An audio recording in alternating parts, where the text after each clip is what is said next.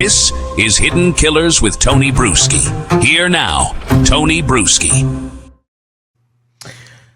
Here's something most people didn't know about the Delphi case, or don't know about the Delphi case. The state's firearms analysis that tested Richard Allen's gun against the bullet found at the crime scene, it didn't match. I know. You're like, wait a second, wasn't that part of the big... We're going to walk through exactly what happened and what was presented in court versus what reality is, because in this case, there's a lot of things where if it didn't quite match what one wanted, well, that be damned. We're going to say it this way anyhow. So let me say this again. She ran the test, the direct comparison, and it came back negative. That is according to trial testimony documented in the appeal of Richard Allen. So everybody's like, see, the bullet matched. No, it didn't. No, it didn't. Until it was manipulated 50 ways to Tuesday did it match. And I guess if you're going to say that's some sort of scientific breakthrough, I got a big old vat of snake oil to sell you. Near Libby German's body, investigators found an unspent .40 caliber round, not fired, just cycled through a weapon and ejected. When police seized Allen's Sig Sauer, ISP analyst Melissa Oberg ran what should have been the definitive comparison. She cycled 6 cartridges through his gun and compared those marks to the crime scene round. Same action, cycling to cycling, the logical test. Where if you're going to do a test, that's what you're going to do. No match. So she did exactly what one would do with that exact same bullet, with that exact same gun. And did the markings show up the same way? No, they didn't. I mean, just think about this for a second.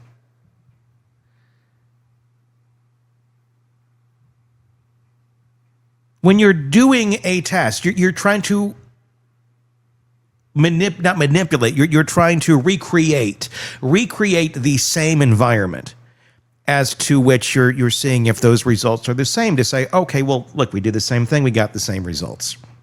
They did the same thing, they did not get the same results. So what do you do then? You manipulate evidence. You run a different test. Sure, run a different test, but it's not the same thing. So you can't really say, well, we did this test over here, so that makes it more accurate. No, you're not doing the same thing. She fired 4 cartridges from the gun, then compared those spent casings to the unspent round from the scene. Different process entirely, much more impactful, where you're going to get a different groove, a bigger groove. You're going to get markings on the bullet in a way that you would not get if it was just cycled through and not fired. And suddenly she had a match. A match from doing a test in no way, shape, or form the same way as to how that original bullet was fired. She might as well have just said, give me a bullet and let's put it here. I'm gonna solder into this thing to make it look like it's the same sort of marking. See, it's the same.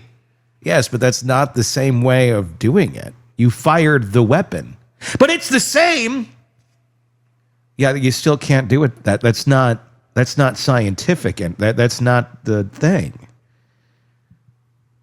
Again, you might have just carved it in there yourself and said, "See, it looks like that's not the right." No, it's not. It's apples to oranges. And the expert who could have explained to a jury why this methodology is scientifically bullshit, well, Judge Gall, in her infinite wisdom, wouldn't let him testify. The prosecutor told the jury Oberg had never been wrong. What she didn't mention is that no one was allowed to challenge whether her method was right in the first place. Never been wrong. Here's someone who wants to tell you how you're very wrong on this analysis. Nope, can't hear that. Let me walk through what actually happened with this evidence because it matters. February 14th of 2017, crime scene investigators are processing the area where Abby and Libby were found. Between the two bodies, about 6 inches from Libby's foot, they discover an unspent .40 caliber Smith & Wesson cartridge. Unspent means it was never fired. It was cycled through the gun. Someone chambered the round and then ejected it without actually pulling the trigger. When you cycle around through a gun, the weapon leaves marks on the brass of the gun. The extractor, the ejector, the chamber walls, they all make contact. This is called tool marks. The theory behind tool mark analysis is straightforward. If you can match those marks to a specific gun, you've connected that weapon to the scene. Okay?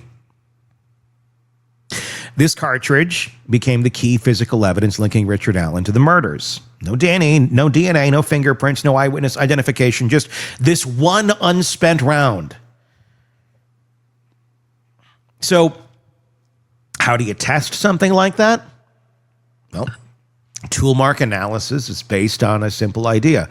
When a gun is manufactured, the machining process leaves microscopic imperfections on the metal surfaces. These imperfections are supposedly unique to each firearm, and then when a cartridge passes through the gun, those surfaces leave marks on the brass, and an analyst compares marks on an unknown cartridge to the marks made by a known gun, and if they see what's called sufficient agreement, they declare a match. The organization that sets standards for this is AFTE, the Association of Firearm and Tool Mark Examiners. And here's where the problems start. Sufficient agreement is subjective. There's no mathematical threshold, no percentage, there's no formula. It's one analyst looking through a microscope and deciding whether they see enough similarity. And Oberg herself admitted during testimony that the methodology is rather subjective. So, what did she actually do with Allen's gun? She had the unspent round from the crime scene. She had Allen's Sig Sauer P226. The logical test, the direct comparison, would be to cycle cartridges through his gun and compare those marks to the crime scene round. Same mechanical action, same type of marks, cycling to cycling. Well, she cycled 6 cartridges through Allen's weapon, and she examined them under a microscope, and according to trial testimony, she found no marks that matched the crime scene cartridge. None.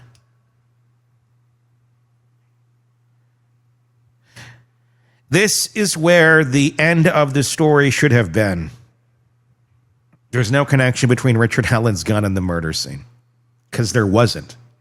The physical evidence linking him to the crime does not exist.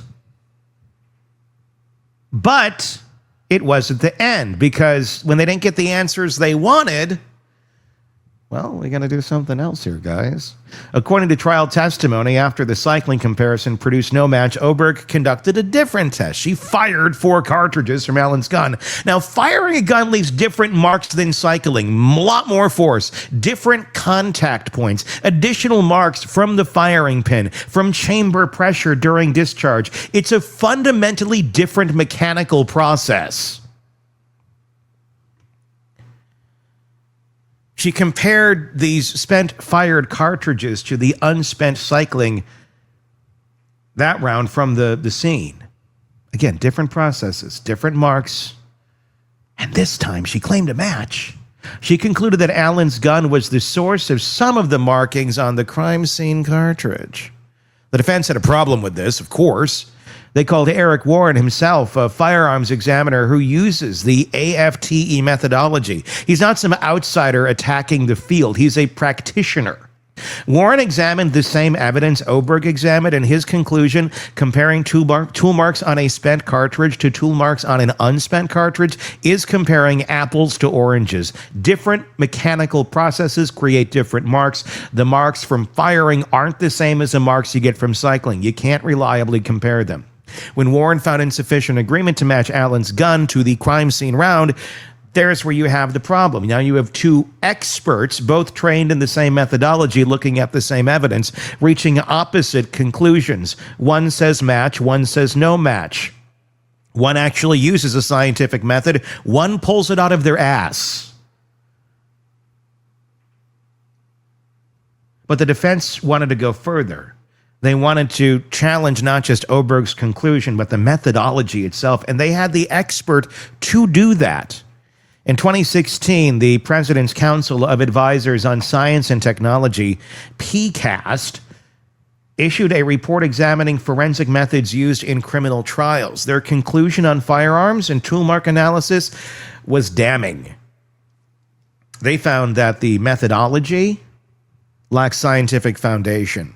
The error rates aren't properly established. The sufficient agreement standard is subjective and undefined.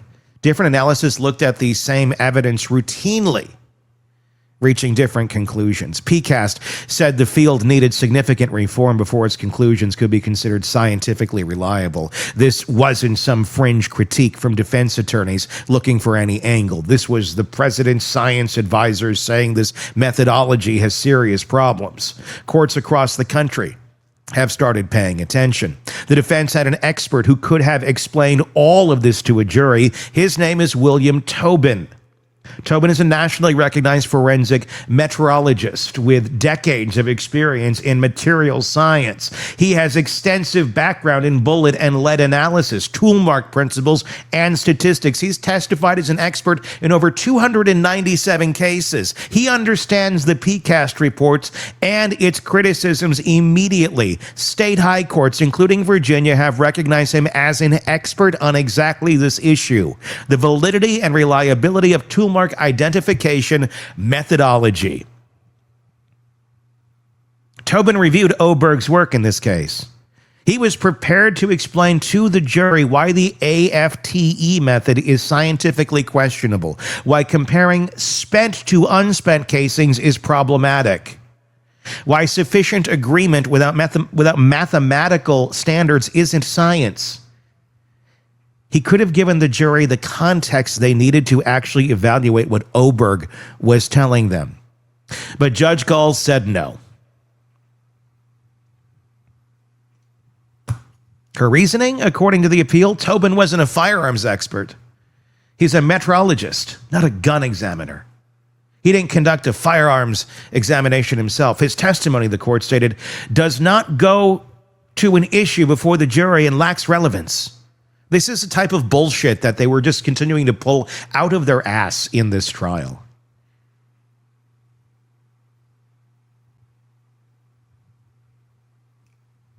Making these bizarre statements that completely contradict reality.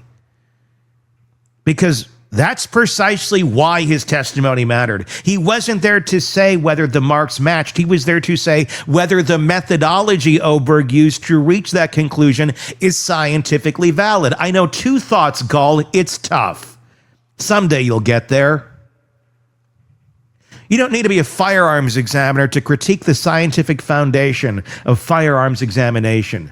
State high courts understood that. Judge Gall apparently didn't. So let's talk about what the jury actually heard versus what they didn't.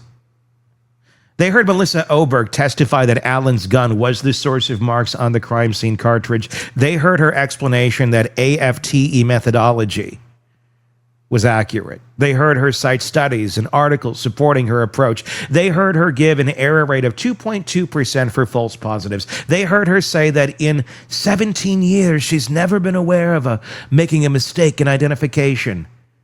They heard the prosecutor tell them Oberg has never been wrong. They heard Eric Warren disagree with the conclusion, but Warren didn't challenge whether the methodology itself was valid.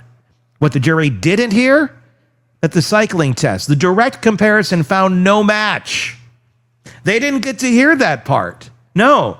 They didn't hear William Tobin explain why the scientific community has problems with the methodology. They didn't hear about the PCAST report. They didn't hear that sufficient agreement is subjective with no mathematical threshold. They didn't hear that comparing spent to unspent means comparing fundamentally different mechanical processes. They didn't hear that courts and scientists across the country are questioning whether this evidence should even be admissible. They had no context to evaluate what never been wrong actually means.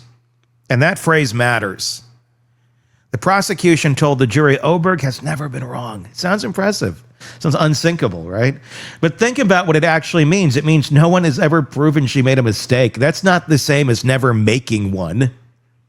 How would you even prove a firearms examiner was wrong? The defendant would need to be exonerated through other evidence. Then someone would need to go back and re-examine the original toolmark analysis. They'd need to publish or litigate that finding. It almost never happens. So never been wrong really means never been caught. And in a field where the methodology itself is subjective and questioned by the president's own science advisors, that phrase is doing an enormous amount of heavy lifting. The jury had no way to know any of this because the one person who could have explained it wasn't allowed to speak.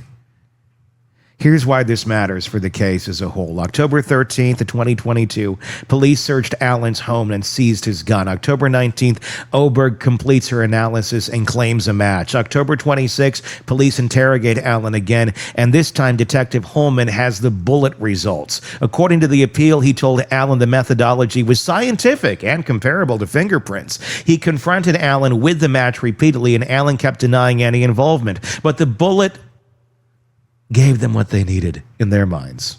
They just jammed that square peg into that round hole hard enough.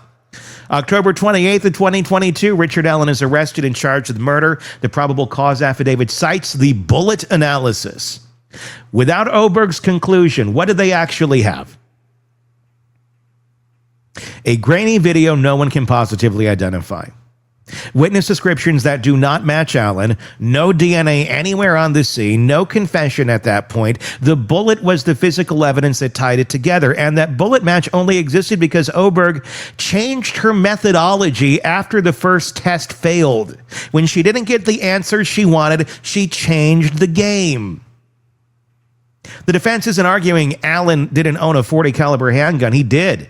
He told them he did. They're arguing the state never scientifically proved that the bullet at the scene came from his gun. Especially when there's other people that would be much more suspect out there that own that same caliber of gun that never had their guns tested. You know, the ones that go on Facebook and mimic the crime scene. The Odinist ones that the FBI were really interested in, and then locally you're like, yeah. Those boys and their Odinism. They're arguing the methodology used to reach the conclusion is scientifically questionable. They're arguing the jury was prevented from understanding why that matters, because the expert who could have educated them was silenced. The first test found no match. Cycling to cycling.